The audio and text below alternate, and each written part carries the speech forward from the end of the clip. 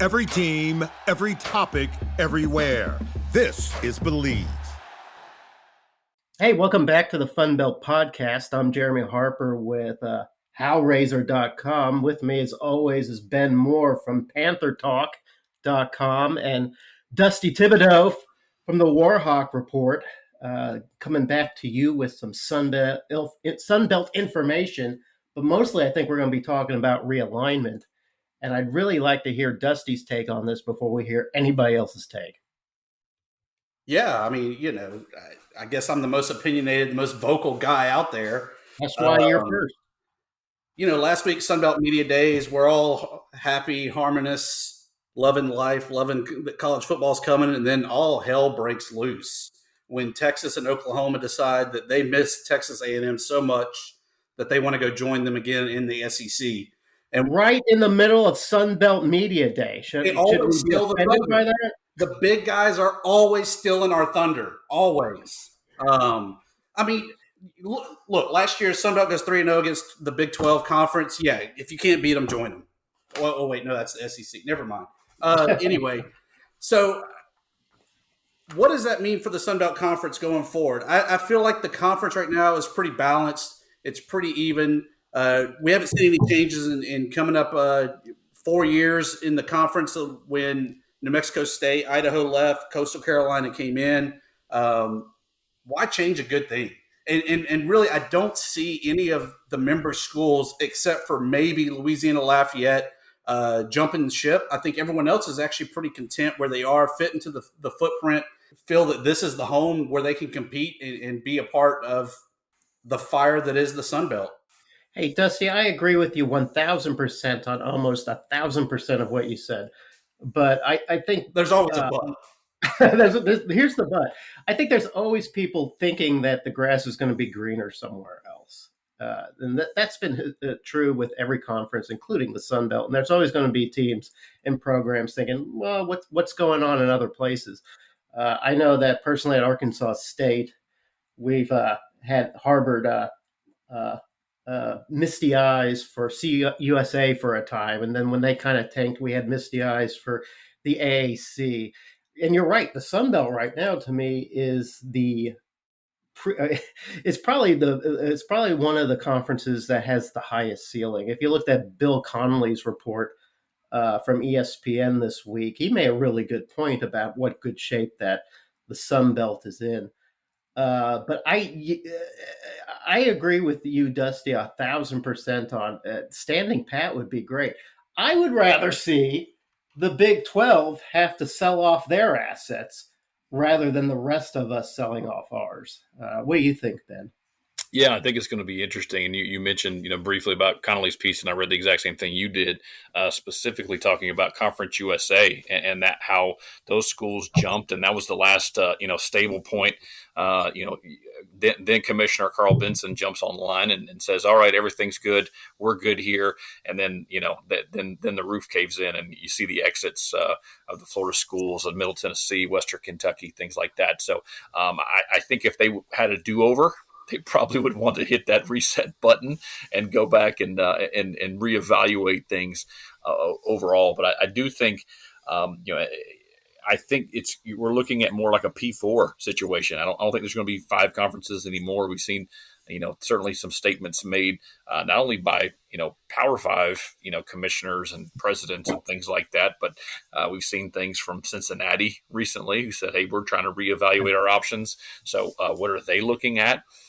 Even West Virginia with the Flex video today on Twitter, that was fantastic, saying, hey, we're a research tier 1 university. Don't forget about us over here in the heartland of the mountains over here on the East Coast. So I think it's a brave new world. The timing is very intriguing. And I thought, like others have said, apparently all you have to do to join the SEC is an email, which is amazing. I thought it would be like a packet or brochure or a tutorial online somewhere. You basically can join the SEC faster than you can get an Excel document sent. So credit to those schools for trying, and we'll see what happens and the financial windfall that they'll have. I think the biggest thing that scares me about this whole realignment is looking back at kind of the last time we really saw this big carousel spinning. Everyone was jumping ship from the Sun Belt, from Conference USA and everything else to the WAC. You had Louisiana Tech, you had Texas State, Utah State. All these schools were going to go out west where it was so great. There was the great gold rush and, the 49ers, hooray, hurrah. Where's the WAC now? I mean, I know it's coming back this year, so maybe a bad analogy there. But what happened to the WAC? And don't blame Carl Benson. Do you think that this could happen again where we have kind of a WAC 2.0 where a bunch of schools think the grass is greener on the other side, like you said, jump ship, form whatever you want to call this conference, and then 2 years later we're spinning again trying to shuffle things out?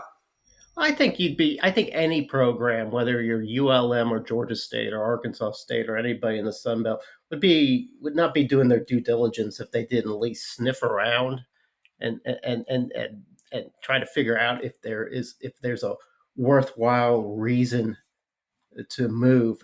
And I honestly, it would be very hard to say, like, what if the Big 12 went down to Monroe, Dusty, and said, hey, you know what? We like really what's going on at ULM. I think Bowen has got things going on. The basketball team seems to be recovering. We're going to bring you into the Big 12 and we're going to get you some P5 money. He'd probably say yes to that, right? If it was a P5, but I don't think the Big 12, first of all, will be a P5 conference anymore.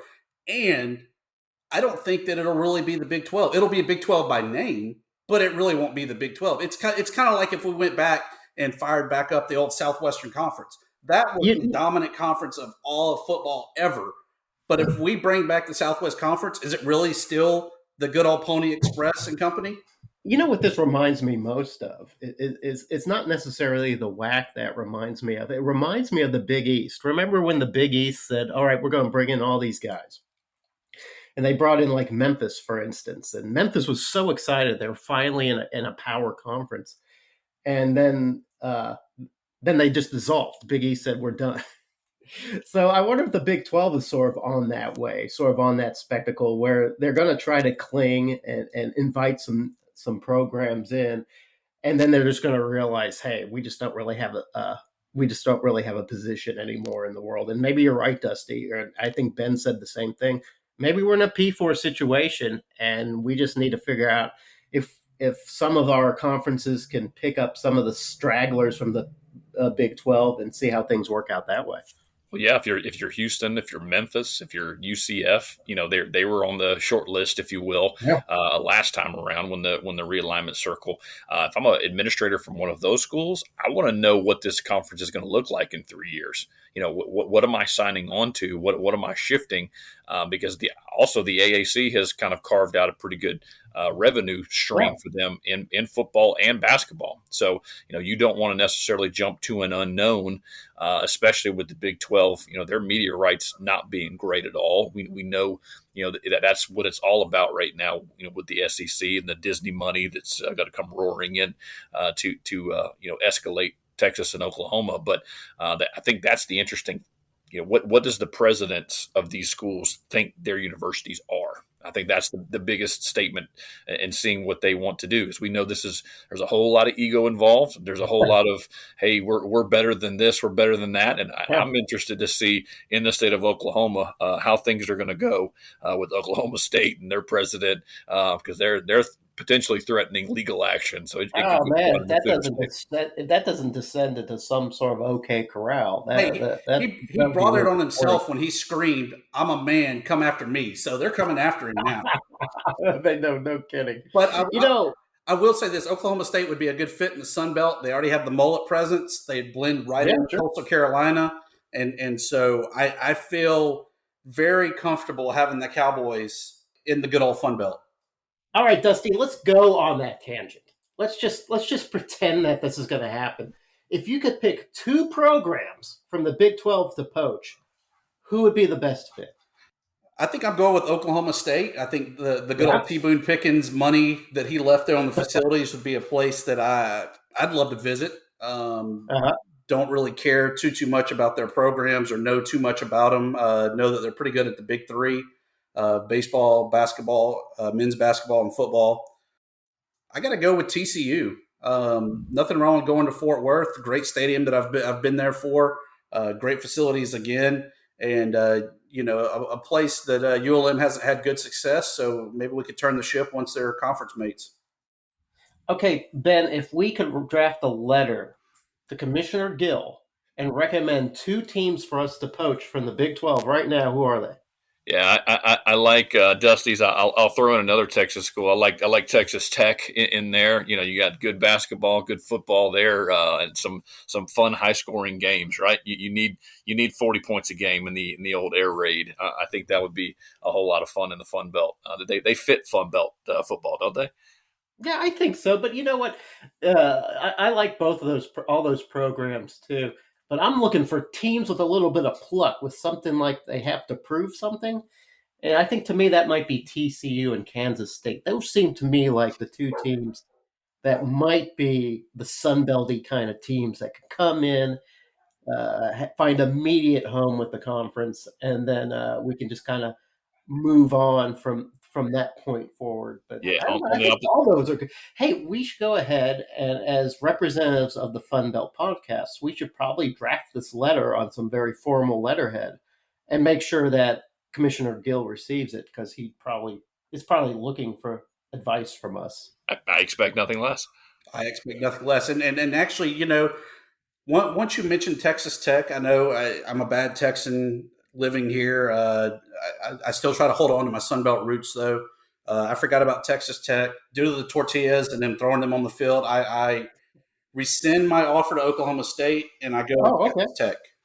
Oh, wow. Okay. The All power right. of the Controversy. tortillas. You know, here's something interesting too that came out of the whole. It kind of reminded me of what happened back in 2016 when the Big 12 did their sort of song or dog and pony act and want everybody to perform for them, and then they ultimately said, "No, we're not going to pick any of you." This sort of came back was this something that Dan Wolkin kind of picked up on, and that was that these Big 12 teams are sort of looking for some academic cred. You know, they were talking about, well, we want schools that are members of the Association of the American Universities, which is a lot of research universities. In fact, that's kind of why they were really looking at Pittsburgh at one time. And when Texas A&M left and when Missouri left, both of those schools are also members of the AAU. They were really looking for schools to fit that kind of research and academic profile. If you look at the list here of what kind of schools are AAU members, you got schools like Tulane and Oregon and Rice and Berkeley and USC and Stanford. So you got all these sort of well-heeled universities. Do you think that they're going to continue trying to increase their academic profile by seeking out schools that have that kind of ability, or do you think they're finally going to just go, okay, we're just looking for good sports programs? So Yeah, you got to go. You got to aim for the money, man. Yeah, at this point, I think you got to go grab some team. You know, like if they could boot Kansas football out of their league, I think they would. I'm not sure how many games Kansas football would win in the Sun Belt, to be brutally honest with you. But I think it's one of those situations where how do you have that balance? You know, the presidents want to associate with like conference mates. They want to be able to raise their glasses of brandy at these conference meetings, right? And say, all right, we want to discuss tier one.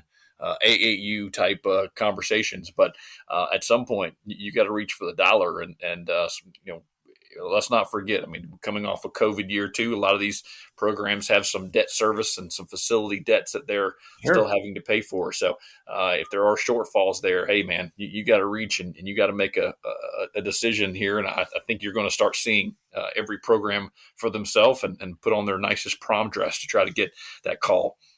You know, I couldn't figure out what that tie was. Why was it so important for the Big 12 to have schools that have this academic and research profile? And the only thing I can think of, and I'm just speaking out of my butt here, but research brings a lot of money to a school. And so when they already have that revenue stream that can pump in cash to the academic side of the university, maybe they're looking to say, hey, that way the sports program could be a little more self-sufficient and keep all that money. That's the only reason I can think of that the Big 12 is interested in that.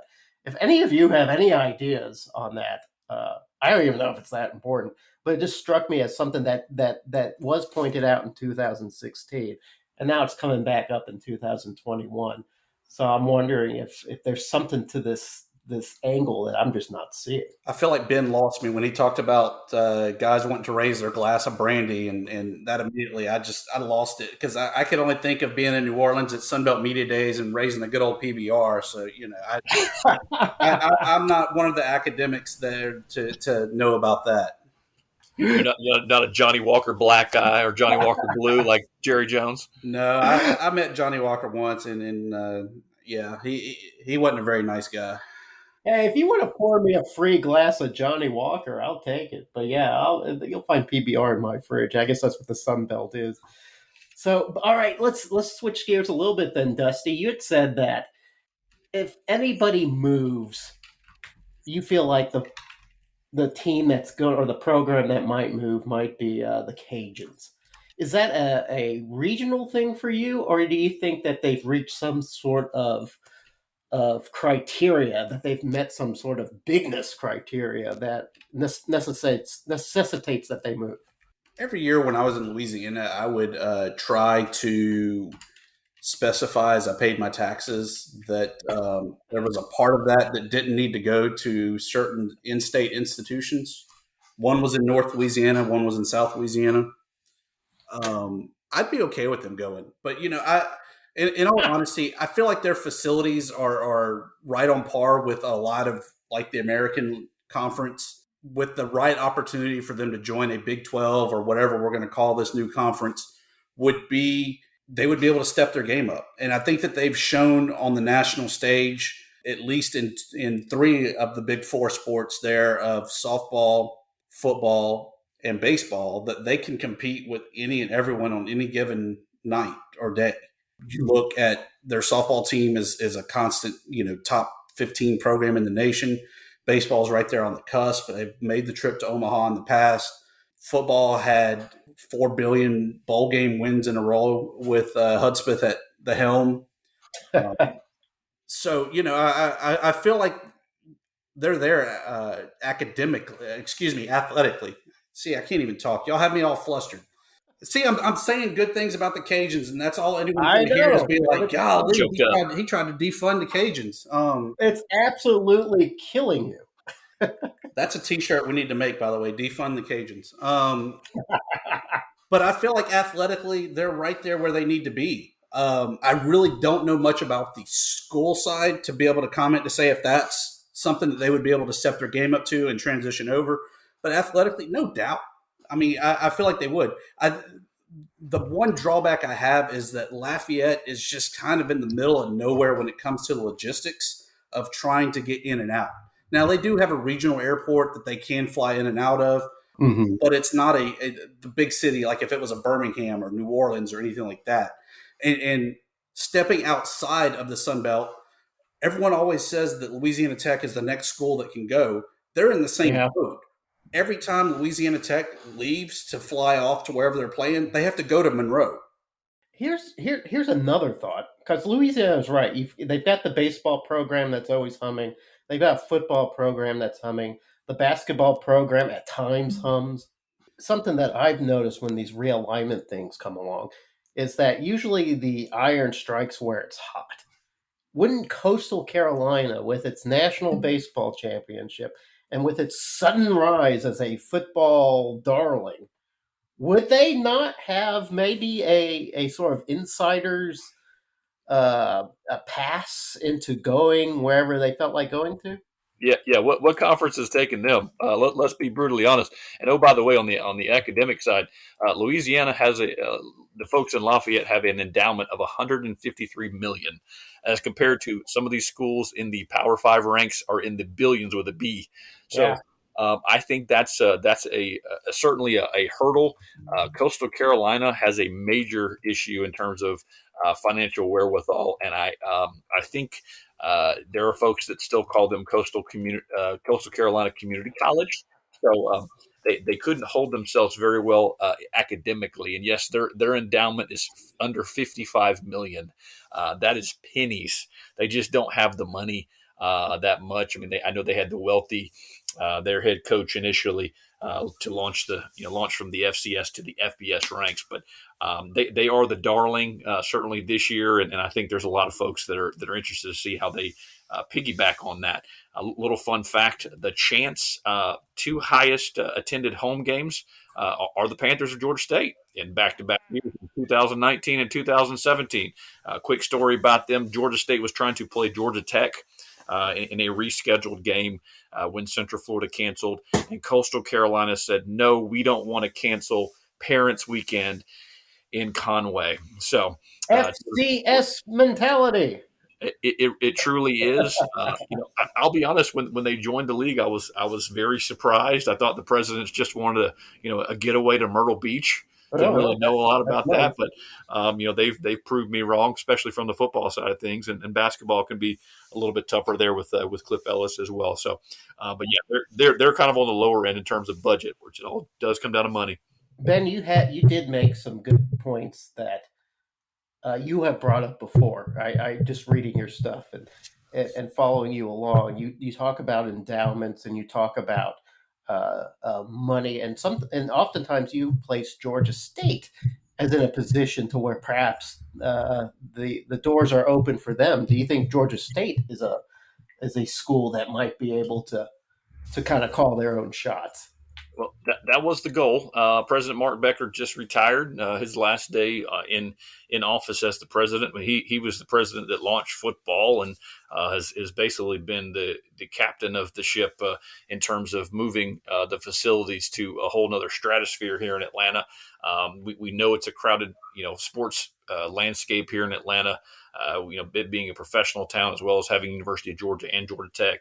But at the same point, you do have the largest, I believe they're fourth right now in terms of student body base in the nation with over 53,000. So that's a whole lot of student fees that they can soak up and utilize for athletics and funding scholarships and things that way. Very interested to see what the new president, he comes from Georgetown University. Briefly, he's been at places like the University of Miami, other Power 5 stops as well along his career. Brian Blake is his name, and he's in the next few weeks, and he'll have a whole lot to work on there with conference realignment. Interested to see what his thoughts are and what he wants to do athletically.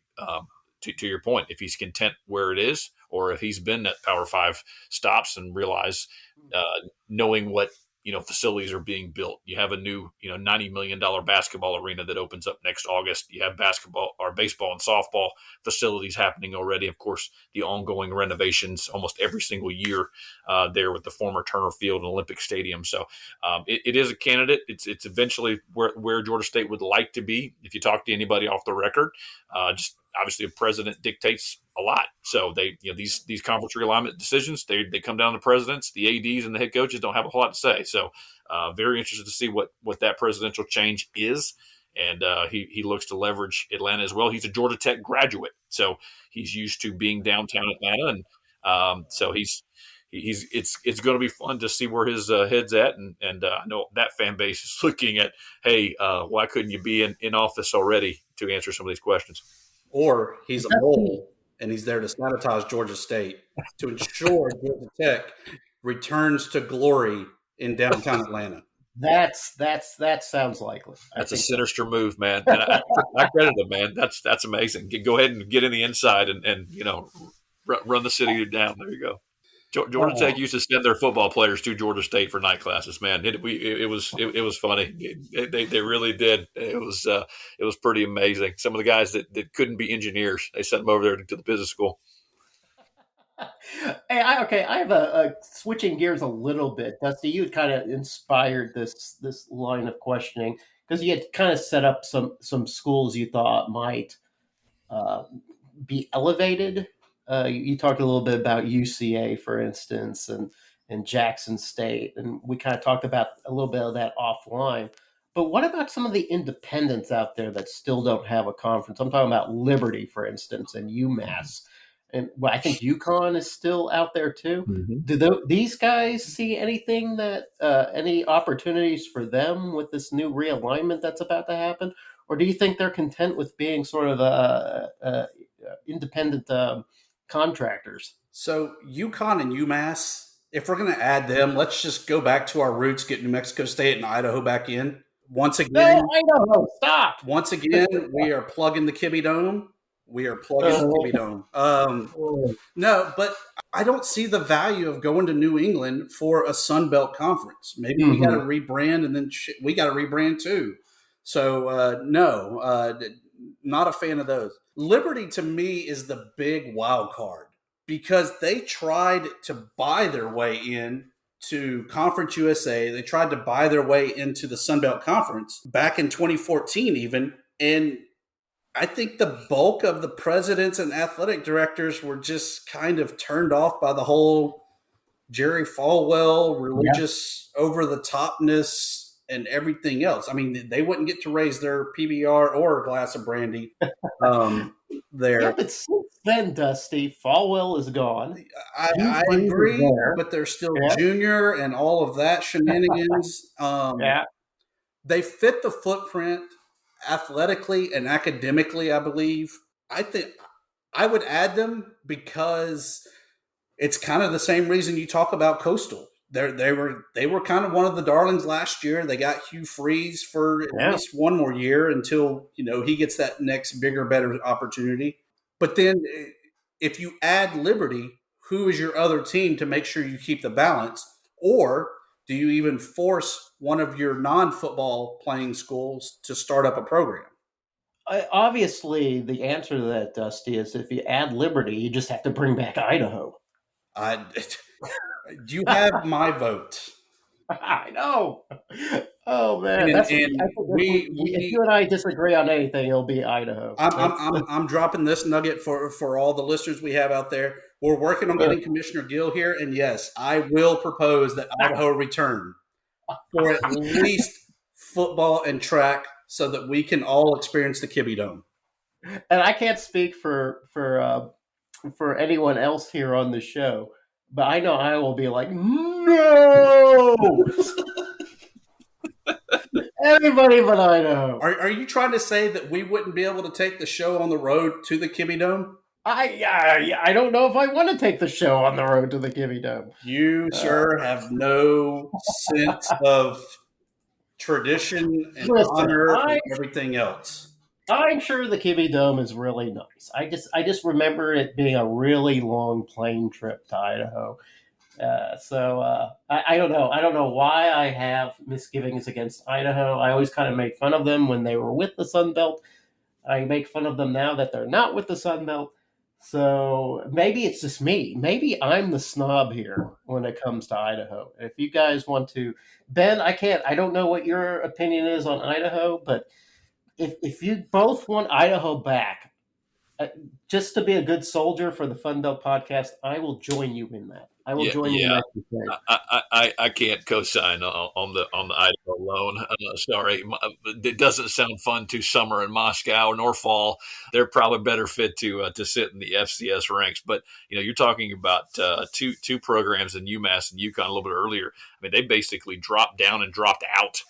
They are almost de facto non-Division I programs. Basically, they're in their respective areas. I mean, you're talking about any kind of coverage in that region. They're on page 17 or 20, regardless of the game. But I think Liberty, like you said, Dusty, is pretty interesting because they have a tremendous amount of money. They have Power 5 money, and I think being an independent, I know. You mentioned back in 2014, you had shortly thereafter, you had a new AD come in, you have a new president, obviously, with Junior out of the way. What do they believe they are? Where do they believe they should be? Because they have a tremendous amount of money, as we know too. I mean, they have online revenue that just continues to buoy that program. They have enough money to go anywhere they want, but also you mentioned traveling. Lynchburg, Virginia is not a super easy place to get either.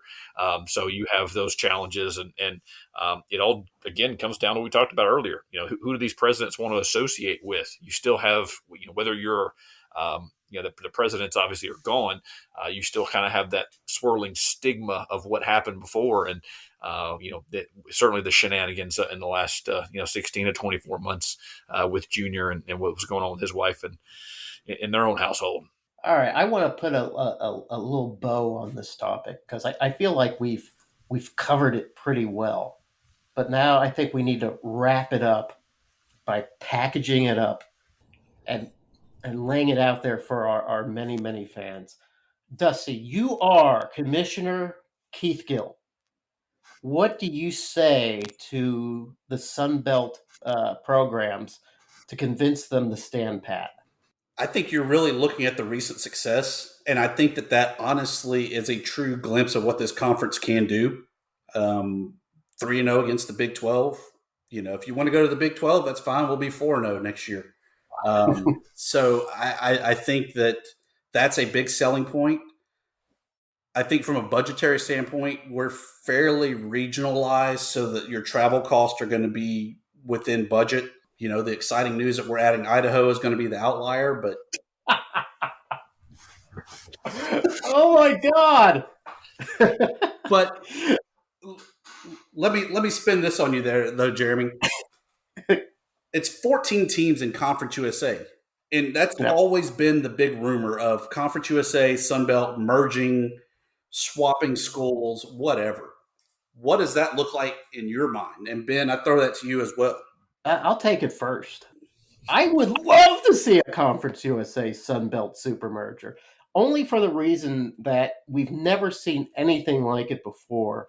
And I think it would generate so much buzz that it would actually put Power 5 conferences in the backseat for a couple weeks. I feel like something like a super mega conference might be the wave of the future. I kind of feel like the SEC is pushing us to that anyway. So why not just go ahead and pull the trigger on that now, Ben? Let's just do that now. You want to get ahead of the game, basically, before get ahead of the game. You instead of being reactionary, be proactive. I do certainly appreciate that. I think the interesting part about it, and we've heard some rumblings certainly out of Conference USA schools and things like that. They weren't super happy. I know folks down there in Southern Miss were not thrilled about things. You hear UAB looking around and things like that. Let's not forget. I mean, Birmingham is one of the strongest TV markets every single Saturday in college football as well. So you have a tremendous amount of eyeballs there in Birmingham on any given Saturday. But I think it's going to be interesting now because you're going to have situations, as we've mentioned, as the SEC gets larger, the opportunities for those out-of-conference games dissipate. You've already seen really in the last 3, 4, 5 years, these Power 5 powers are not even playing Group of 5 schools at all. They're not, they're looking at the neutral, games and paydays and things like that, which now in some cases may become conference games here very shortly. So I think to carve things out from a scheduling point of view, an exposure point of view, and I think more than anything else, just trying to get yourself out there and leverage what you have. And certainly the Sun Belt has a whole lot to offer for those folks that are looking around because, our conversations cannot be unique in terms of other presidents and ADs. They have to be looking at the landscape and saying, what the heck are we doing here? What are we doing in the next 2 or 3 years? So a super conference would be interesting. I don't know how you divide that up in terms of, East, West, Central pods. How do you work that? And then all the other sports as well would be fun. Give me a mini NCAA tournament, conference tournament. Invite all 28 teams in and down to Pensacola. That'd be a blast. God, you are reigning truth. If for us to put that down onto the college football landscape, we would be heroes to America. Dusty, agree with us here. I just want to know how Louisiana Tech would go to the commissioner to say, we're not going to play the school, 30 minutes down the road, we forfeit. Dusty, help us. Dusty, help us understand this. I don't know if Ben is well versed in this Louisiana hatred as you are. I only get whiffs of it from Arkansas. Is there really this much hatred between Louisiana Tech, ULM, and Louisiana, ULL, that you guys could not get along in the same conference? Man, I feel like we could expand this whole episode with this. So here's in recent years where all of the animosity comes from. 2012, you have a pretty good Louisiana Tech team. I want to say they were 9-2, maybe 10-2, somewhere in there. The whole bowl system was blown up. The Independence Bowl that traditionally had a Big 12 and SEC matchup couldn't fulfill their obligation, so they wanted whatever the best matchup was to fill the stadium. Louisiana Tech, ULM, both bowl eligible, both need a home, match made in heaven. ULM accepts. Yep, first ever bowl game. We're there. Louisiana Tech. We got to play who? Son of bitches. I think there's a better bowl for us. We'll get back to you. And then a 9-2, 9-3, 10-2, whatever they were, sat at home with no bowl game because they refused to play the Warhawks. Now the Warhawks. Fast forward, though, then you have Derek Dooley, their athletic director at the time and head football coach, saying at a booster meeting in Monroe about how Louisiana Tech is far superior to any of the schools in the state and that they are the elite university. I remember that. And I remember stroking my chin when I heard that. You have good old Tommy with his that he doesn't know why any school would want to be in the Sun Belt. They should all be aspiring to move up into Conference USA, where it's so much better and the green grass and money flows and it's just sunshine, rainbows, and beautifulness. So, Dusty, I don't hear any anger or animosity in your voice when you discuss this. You know, what's funny, you talk about 2012. That was a great year for ULM. You beat Arkansas. You had, was it Browning as the quarterback? You had great players on that team. Why would you want to face them in the Independence Bowl? We wanted to. They didn't want to face us. They ran. Back in the 80s, I'll tell you, the Louisiana Tech NOU rivalry back in the day, you know, it was fantastic. It was a lot of fun. You know, you dominated them. Ironically, our Hall of Fame coach, Pat Collins, Tech grad, but you can't beat them, you join them. Shifting gears though to your other thing about the whole ULM Louisiana Lafayette moniker,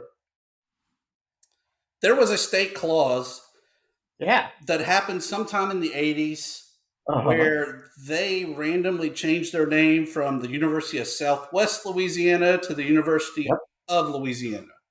It really lasted 4 days, and the state legislature said, nah, there's only one flagship school, so if you're going to be UL anything, you have to have a designation unless you're in Baton Rouge. So they had to go back to USL.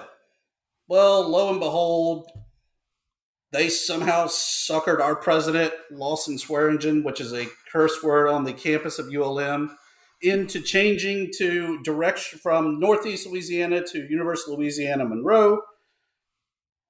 But Lafayette left the Lafayette part. Don't worry, though. It's just for athletic purposes. That's why you go to louisiana.edu, and it is their school website. President Nick Bruno caved in.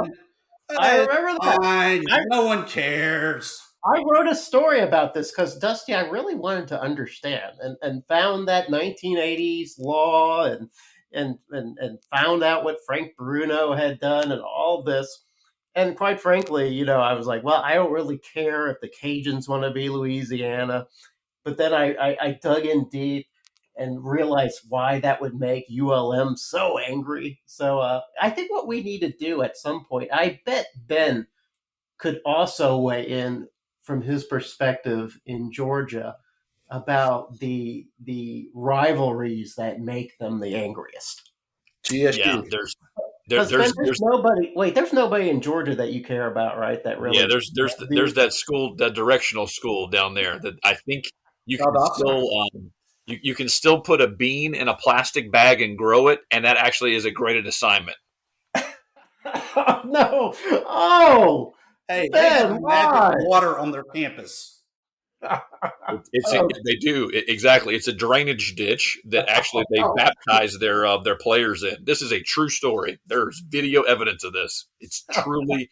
I'm telling you right now, if you can go through that creek, you may as well be vaccinated. You won't get COVID. There's things that are far worse in beautiful Eagle drainage ditch that are far worse that will grow on you rather than anything else the rest of your life.